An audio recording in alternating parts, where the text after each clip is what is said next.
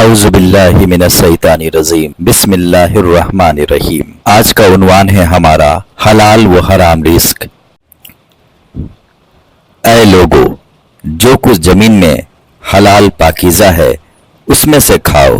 اور شیطان کے راستوں پر نہ چلو، بے شک وہ تمہارا کھلا دشمن ہے۔ اس آیت مبارکہ سے معلوم ہوا کہ اللہ تعالیٰ نے جو کچھ زمین میں حلال پاکیزہ پیدا کیا ہے اس سے فائدہ اٹھانا چاہیے، صرف ان چیزوں سے بچنا چاہیے جنہیں اللہ تعالیٰ نے خود منع فرما دیا ہے۔ حلال و طیب رزق، حلال و طیب رزق سے حلال و طیب سے مراد وہ چیز ہے جو بذات خود بھی حلال ہے، جیسے بکرے کا گوشت، سبزی، دال وغیرہ،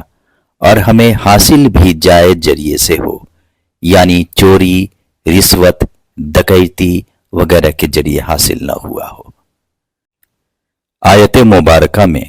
حلال و پاکیزہ چیزیں کھانے کا حکم دیا گیا، لہٰذا یہاں پر رزق حلال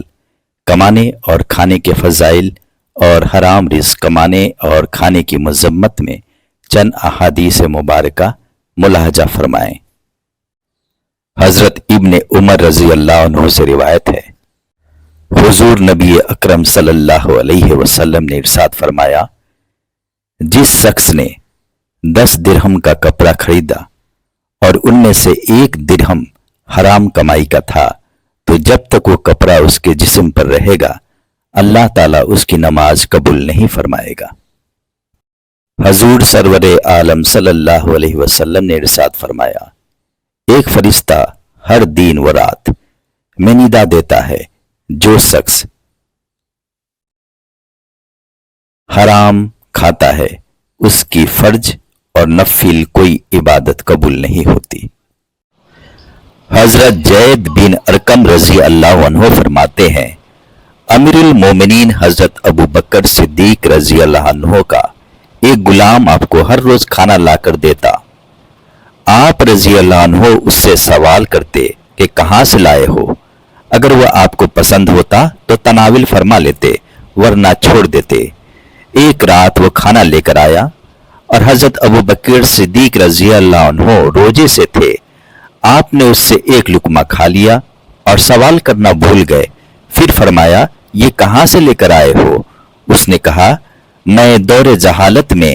لوگوں کے لیے کہانت یعنی نجومیوں والے کام کرتا تھا، اور یہ کام مجھے اچھی طرح نہیں آتا تھا مگر یہ کہ میں ان سے دھوکہ کرتا تھا،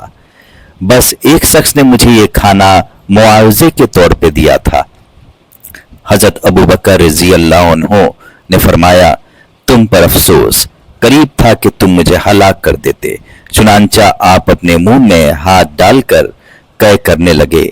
لیکن وہ لقمہ نہ نکلا۔ عرض کیا کہ یہ پانی کے بغیر نہیں نکلے گا،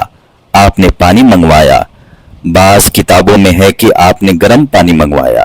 اور اسے پی کر قے کرنے لگے، حتیٰ کہ پیٹ میں جو کچھ تھا سب قے کر دیا۔ عرض کیا، اللہ تعالیٰ آپ پر رحم فرمائے، یہ سب کچھ اس لقمہ کی وجہ سے ہوا۔ آپ رضی اللہ عنہ نے فرمایا، اگر یہ لقمہ میری جان بھی لے لیتا اور اس کے بغیر بھی نہ نکلتا تو میں اسے بھی نکال لیتا، کیونکہ